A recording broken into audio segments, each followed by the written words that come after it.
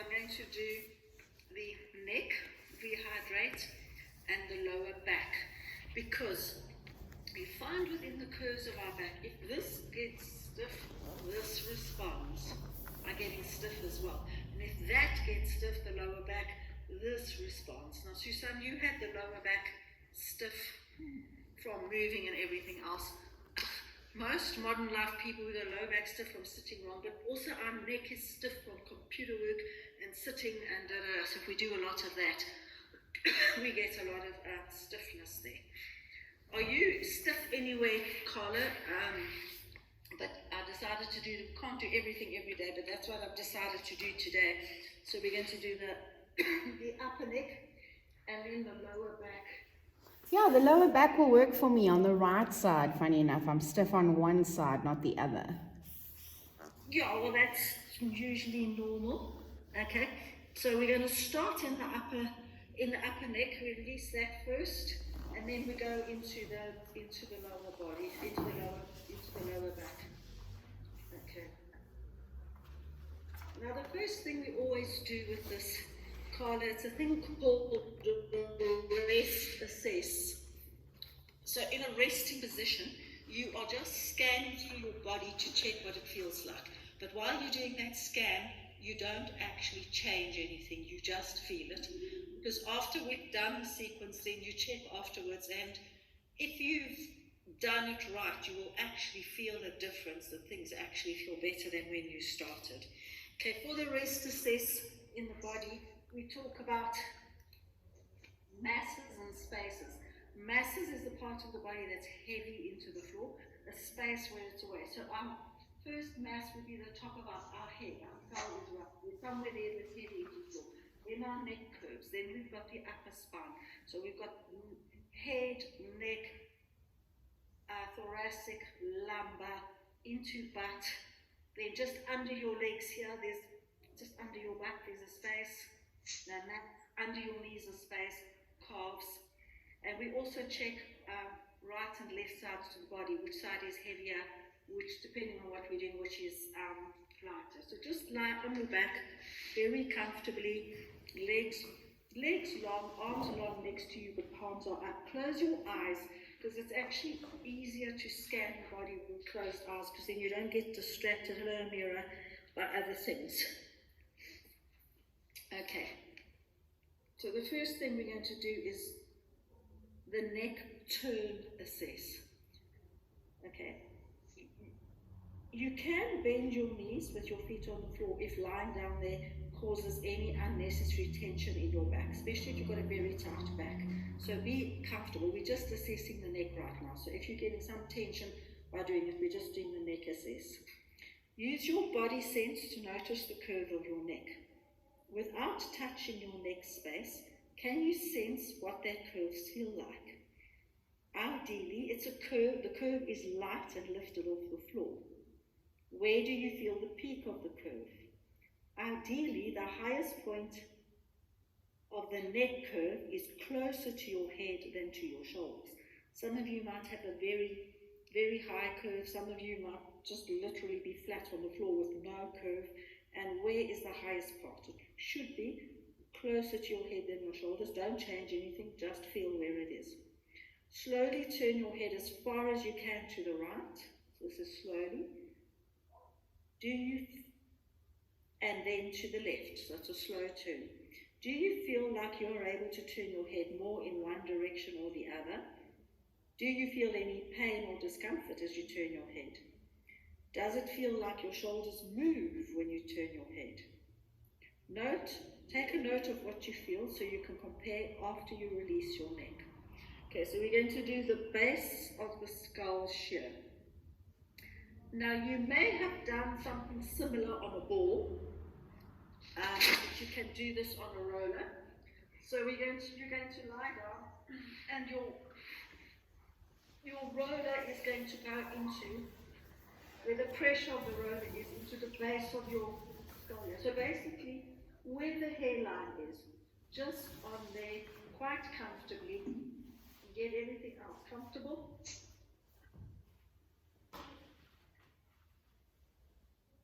Okay, now you're going to tilt your nose towards the ceiling. So the position of your head, so your chin is not going to be tucked in, but you're going to tilt your nose towards the ceiling. So the tip of your nose is pointing straight to the ceiling. Okay, that's going to position the roller directly under the base of your skull. Okay, without lifting your shoulders. Now the focus breath is a breath in, and on the exhale, you're going to try and relax more and sink deeper into the roller. That's what they mean by the focus breath. So breathe in, and on the exhale, just try and let that neck head that's on the roller, just melt literally heavier into the roller so that you actually relax those muscles. Okay. If you feel you can't maintain this position without stretching your shoulders, place a mat or a towel or a pillow under your shoulders, because it means that the height of the roller is too much for you and your neck's stuck like that. So if you've got a high roller and a very short neck, if you just put something under you, it just lifts your body higher, and then you can do this position without your shoulders having to move. So when you tilt your nose, is everybody all right, or does somebody need to put something under there? Okay, because I've had somebody that had to, because my sister had to, hers was too short. Okay. Okay, so now the biggest thing of all of this is always to maintain a consistent pressure. Okay, so maintaining a consistent, gentle pressure on the base of your skull. Slowly turn your head to the right. And you're going to stop just when you feel the side of your ear just touch the rose. That's how far you're going to go. Keep a consistent pressure and slowly turn your head to the left. So you're going to turn it so you just get the tip of your ear touching the roller. Keep your nose in that same direction, don't let it dip. And repeat 2 or 3 times, so we're going to do it again. If you feel the roller slipping from under your neck as you turn your head, it means you're not containing consistent pressure on top of the roller. And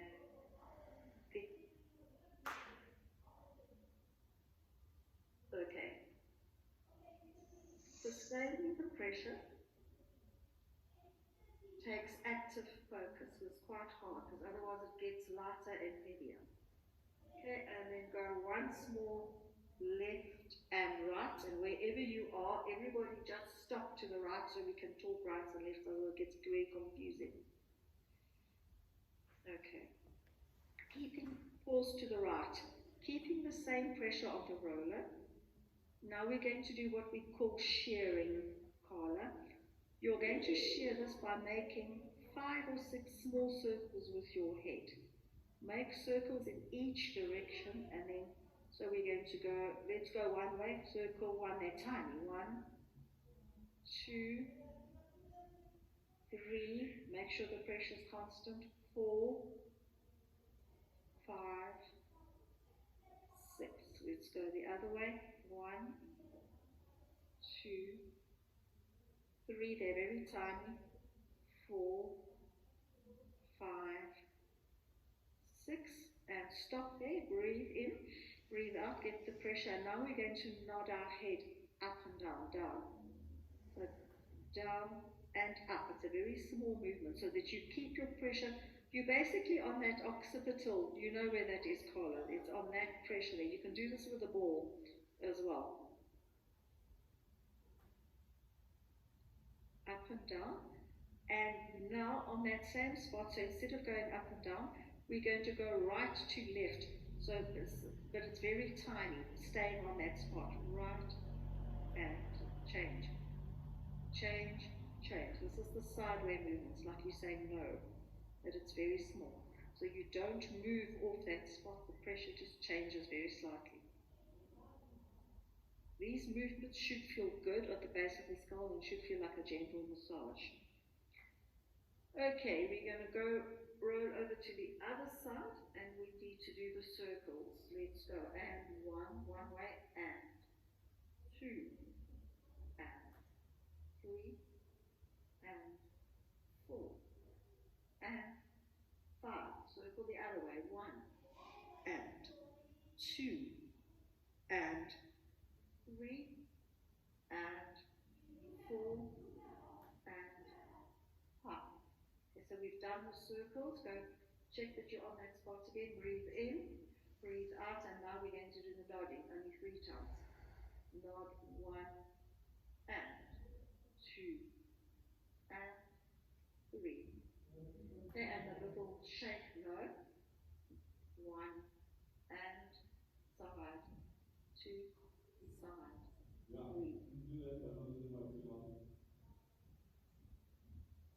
Pause for a moment on that spot, and let's just take a focus. Breathe in, breathe out. Try and let it relax further into the roller.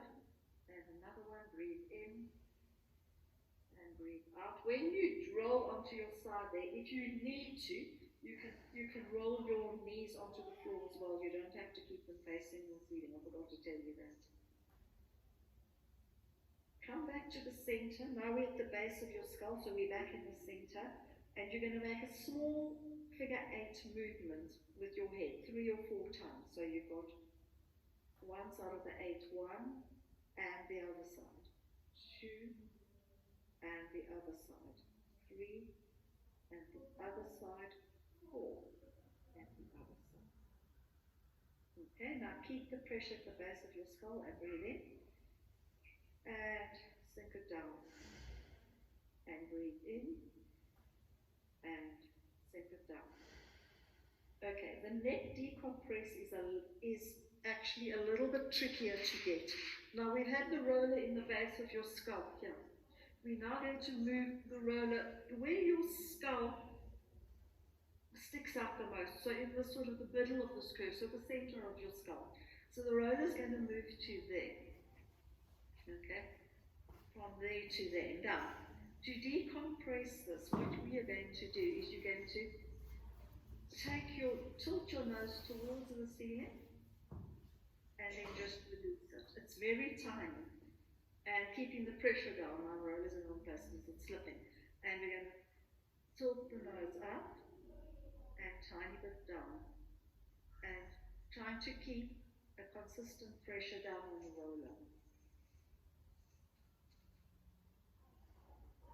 You should not feel the roller touching your neck at all when you do the decompression, and it should feel like the roller is going to slip out from underneath your head.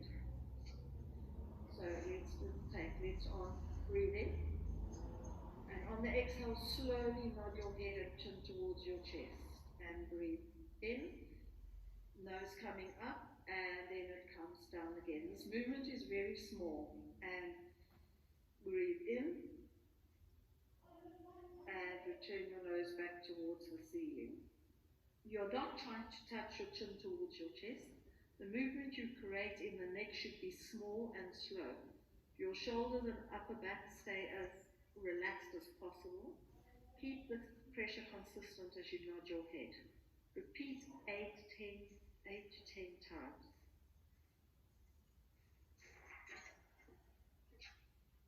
Okay. When you've done that, then we do the neck turn assess again.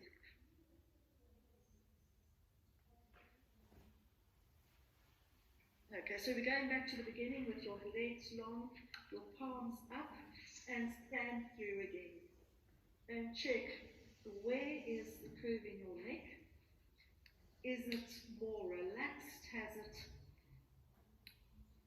the curve gone higher or lower? And again, turn your head to the side, roll it. Can it go easier or a little bit more? Sometimes if you were fully turned, it's just easier. If you weren't, mine has got better. If you weren't fully turned, it may turn a little bit more. Did anyone feel any difference in there after that? Yeah, I feel looser. Yeah. As I say, if you weren't particularly tight there, you may find it and also that curve, you may find that if it was very up, you'll notice it. Amira, did you feel any difference? Because you've often got this very tight neck, and I've been wanting to do the neck with you for a long time. Did you feel any difference? It felt better on my left side because when I first did it, my left side felt very tight. It wouldn't move. You anything? Yeah. Because if you've been sitting a lot, that can get very tight. And we don't even, we're so used to it being tight, we don't even recognize it anymore. Mine definitely felt better. Okay, so now we go into the low back release sequence. Okay, the rest assess, we're going to go back to that, lying down. Okay, so you're going to use your body sense to notice the curve of your low back. Where do you feel the peak of the curve? Does it feel like it's above or below your belly button? So where is it highest? So in other words, are your ribs starting to come off the floor or are they flat? Does it feel like there's a big curve up towards your shoulder blades, or perhaps there's no curve at all? Take note of what you feel as you can compare after the release of your lower back. I also want you to feel from right to left. Is one hip heavier into the floor? It often is. Carla, for this, your legs must be straight for this one. For the neck one, it doesn't have to be because it changes. Palms are up, arms next to you. Okay, so see where that curve is, and I would actually start from my neck curve, and you may have found because we've released the neck, it's even changed the back curve slightly from the first time we did this, scanning through. Is one side heavier than the other? You could find that. You might find that, Carla, because you said one side was stiffer. Yes, so my right usually side. then you would find noticeably that one side's heavier than the other. Susan, is yours even or they're just both stiff? What's the curve of your back like? Very high, low. Okay. It's probably not as bad as it was Saturday, but it doesn't do any. Okay, now, the SI joint shear, you actually, some of you know. Now, Carla, think of, we're going to have our legs up in front of us like this on the roller. Think of up there as being 12 o'clock, and we are going to roll between 11 o'clock for the SI joint. We're only going to do 11 to 1. 11 to 1. And I'll show you. You're going to get your hips up. Now you're going to get your roller. The best way to actually get onto your roller, a more elegant way, put it that way, is to do that and then lift the hips up and bring the roller in.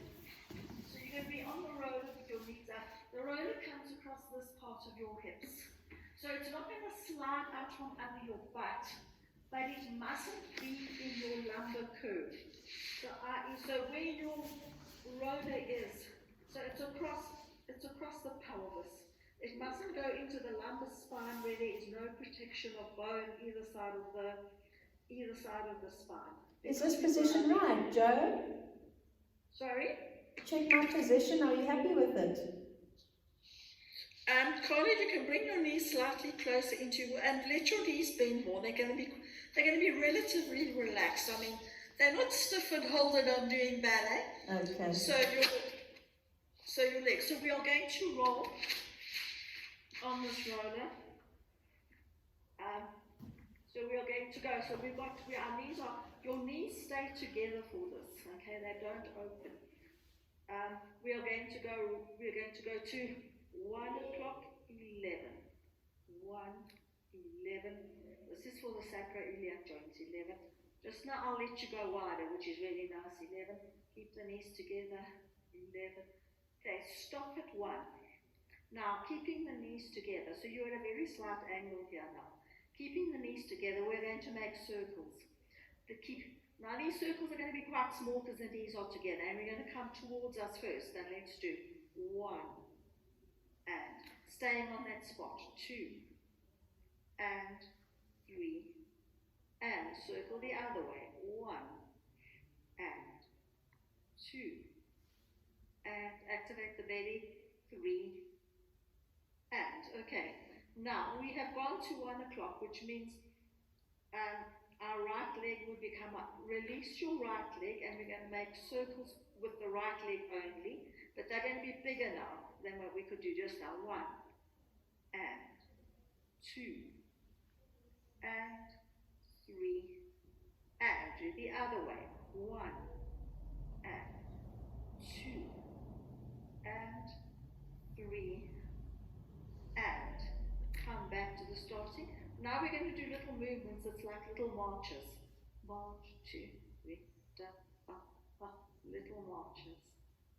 Okay, and then we're going to rock 3 times. 11, 11, 1, 11, stop on 11. So we start from the beginning with the double leg circle. So we're going to come in towards us.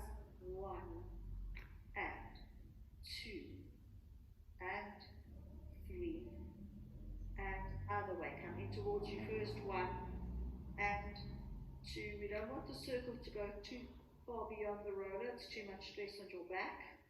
Stop, stabilize, breathe in, breathe out, and just the one leg. 1 and. So the bigger part of the circle is towards you. 2, 3. Let's go the other way, coming towards you. 1. Just keep activating the belly. It's just a switch on. 3 to help stabilize you. Stop there. Breathe in, sink deeper, and da, da, da, da. Did anyone feel a side that was a little bit tighter than the other? Because it might just want some more attention, then you can go and do that side again. If you found one side where you actually found a spot that was, I could actually feel something there. If you do, then do that side again. Do the double circles. By double, I mean 2 legs together, the single circles and the marches. Was any side tighter there, Amira? On my left side. Do your left side again. Was any side tighter, Carla? Yeah, my right side. Do your right side again. Suicide, you? Do it again. The side that was tighter, to repeat. Mine are actually even, which is weird for me, for a change.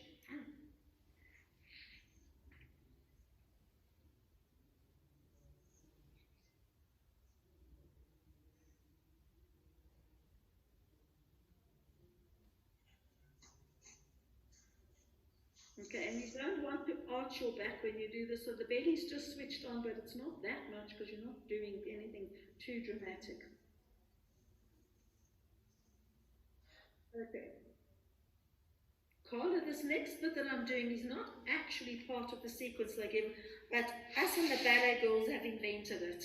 We do the same rock, but we go further. So you're actually going into the glute medius there, and I tell you what, when you've done a lot of turnout, it is so nice. So this is just yummy for you. So you're going to, so instead of stopping, now that 1:11 is very, very important for the maintenance of the sacroiliac joint. Okay, because especially dancers, we can wipe them out by all that swinging of the legs and standing on one leg. But this is for the glutes, it's really nice. So we go across and see if you can find, so now you can go to like 12 o'clock and 12 minutes too. So you're not quite a 1:45, but you are further. You're much further across. So you're coming off the sacroiliac joint, you're going into the glute medius. If you find a tight spot on the side there, you can stop and you can do circles again and circles. Ooh, I've got a nice spot there. And 1 leg circle. I'm just rushing. The slower you do this, usually the better. And then the little marches. And fine, I found a nice little spot. Anyone got a nice little tight spot there? Yes. This is one of my favorites of all my dancers. They love this one, where they just rock there, find the spot and they release. They do the double circles, single circles, marches. Did you find a nice little spot there, Carla? Yes. It's a really, really nice release. I mean, you can do this on its own. You don't have to do a whole sequence with it. But it really, really helps when you've had, especially doing like a lot of adage and standing on one leg and a lot of turnout and that you haven't done for a long time. And your butt gets like really, it helps a lot.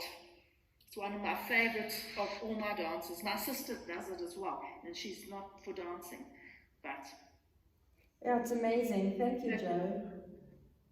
okay, now the next one is harder to understand. It's the pelvic, they call it tuck and tilt, but I don't want you to think of an exact tuck. But Where am I? What is it? Pelvic tuck and tilt. Where am I? Okay.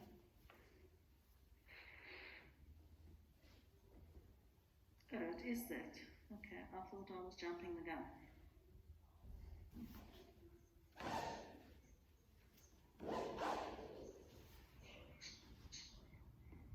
Okay, the tuck and tilt. So basically what we are doing, you're going to be in this same position on the roller with your legs there. Your hands are going to be over your knees like that. Or can you see me? There you can't. So the base of your hand is there and your fingers just gently over your knees. So the heels of your hands are pushing just above your knees. Now, in this tuck and tilt, we're going to just hold that position there. Firstly, I don't think I've done this with you, Susanna. I just did the decompress, but we do the tuck and tilt before we do the. But I don't really want you to think of a tuck, because the tuck does that. What's going to happen with your pelvis is when you are going to you're going to slightly arch your back so that these hips now roll that way over the roller, but keep this attached. This belly's not going to just flat. These zips are attached, this is attached, that goes longer. Breathe in and breathe out, and then we're going to come back. So we use these zips to bring this back, and we're going back to that neutral place. I don't want that, I don't want you to tuck under. They call it tuck, but it's into arched and back into placement. And you're going to have your hands here while you do this. What you're trying to do is your knees are pushing into your hands. I don't know if anyone can see my hands from where I am. Your knees are pushing into your hands, and your hands are pushing into your knees. So you're creating a resistance. So this angle doesn't change. So you don't get either way. So there's enough pressure that your arms don't shorten, and you don't push your legs away from you. So they're pushing against each other to create a resistance. Okay, so just be in that neutral position, and now we're going to arch over the roller, and I will just slide over the roller, keeping that pressure. Breathe in and breathe out and come back. And breathe in and arch it over so your butt is going closer to the floor. It's a very small movement, there's not much movement. Breathe in and breathe out and come back to that. So activate the belly button, zoom, and the zips there to get a long spine, but I don't want it tucked. And arch it over. Be careful, Carla, because you like to tuck. It's your body structure with those beautiful turned out hips. Sway back legs, you like to tuck. And push over, and then back to, when you come back to your neutral, use the zips to bring you. Do not use the six-pack muscle. And you should still be able to breathe. You can't breathe using your own belly muscles. I am breathing because otherwise I wouldn't be able to talk. And do one more. Okay, now, the decompress. We are in that same position. Oof, what's going on with my computer? We are in that same position but now we have an absolute standoff where neither wins. And we're going to just go do the arch and then come back to the stable position and then just hold it there. Just hold it there and release and hold it there.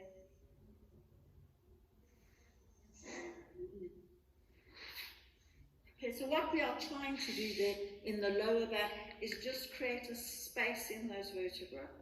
But you don't want to really tuck under because the lumbar spine doesn't like to tuck. Okay, and basically this movement is created, this here now on the standoff is actually, there's very little movement of the pelvis now. You're actually creating the movement through activating the abs. If you can really, it's really tricky to do in the beginning, but you get it right. So there's no visible movement. So, and on the exhale, so the breathe in is the arch. The arch, it's not really arching, but those muscles are growing longer, and the exhale is the shortening of the zips or attaching the zips so that we actually get that stable position. Okay, one thing, breathe in, and on the exhale I want you to go or make a noise. whatever. Because on the exhale, if you make that noise, it actually makes you activate those muscles. So on the exhale, so you breathe in, and on the exhale go, and it actually makes you, and breathe in, and then see if you can do it without the exhale, without the noise. If you can't do it without the noise, then just do it with the noise. I don't actually care. If you feel fatigue in the front of your thighs or your hips, you're working too hard. And then tilt your knees slightly more towards your head and try it again. So it means your legs are too far there.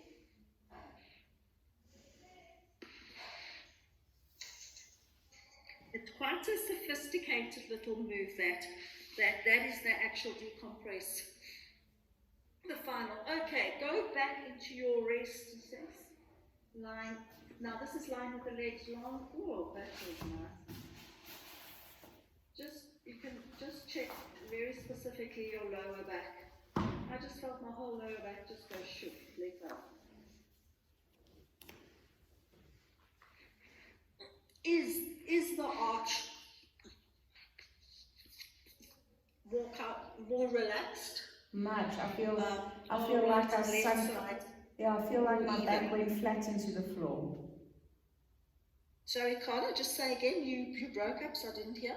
I felt like my lumbar spine went flat into the floor. Susan, can you feel any difference yet?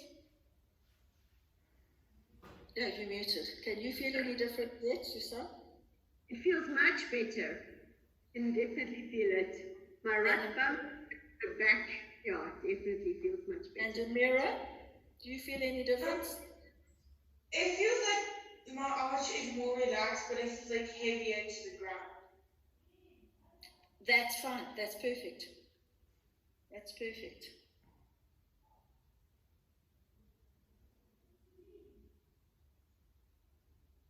Okay, so there's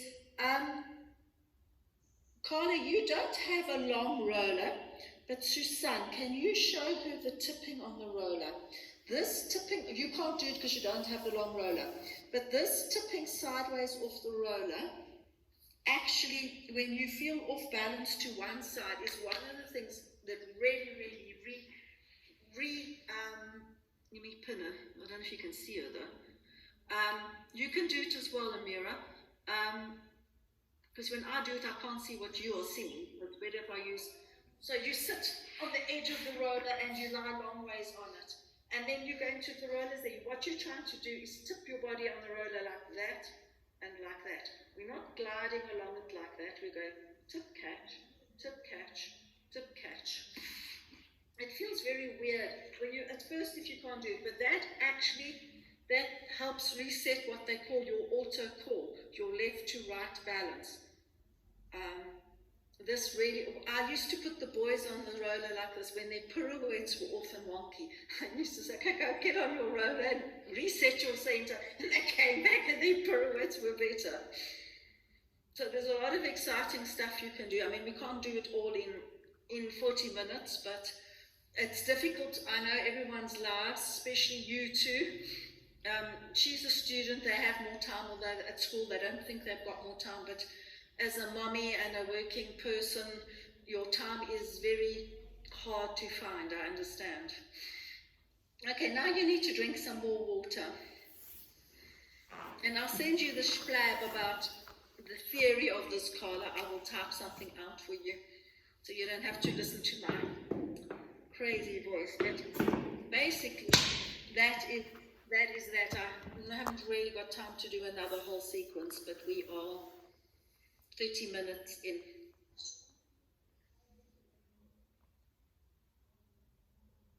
Carla, where else are you tight particularly? You just said your back on the one side. Yes, and at the where my thigh bone meets the bottom of my bum, I get tight here. Your hamstring. Okay. The very top. We got 10 minutes. Okay. You should do the whole thing. Has it always been like that or just recently? Yes, last year in January, we came back from a break and I grand battemonged my leg without thinking, and I think I hurt it then. Okay. So it's just the one side. It's the top of the hamstring. That's right. Okay, and you never went to a physio or anything about it? No. Okay, so I don't think it's tight. You probably find it's, well, it probably needs more strengthening than anything else from the injury. So I do a lot of bridge work, but yeah, you just asked where do I feel things, and that's where, yeah. You've done what you call it, Lisa Howell. You know the developer inside the theraband for the hamstring. Yes. Do that. All right. It's very, very good for the strength of the hamstring.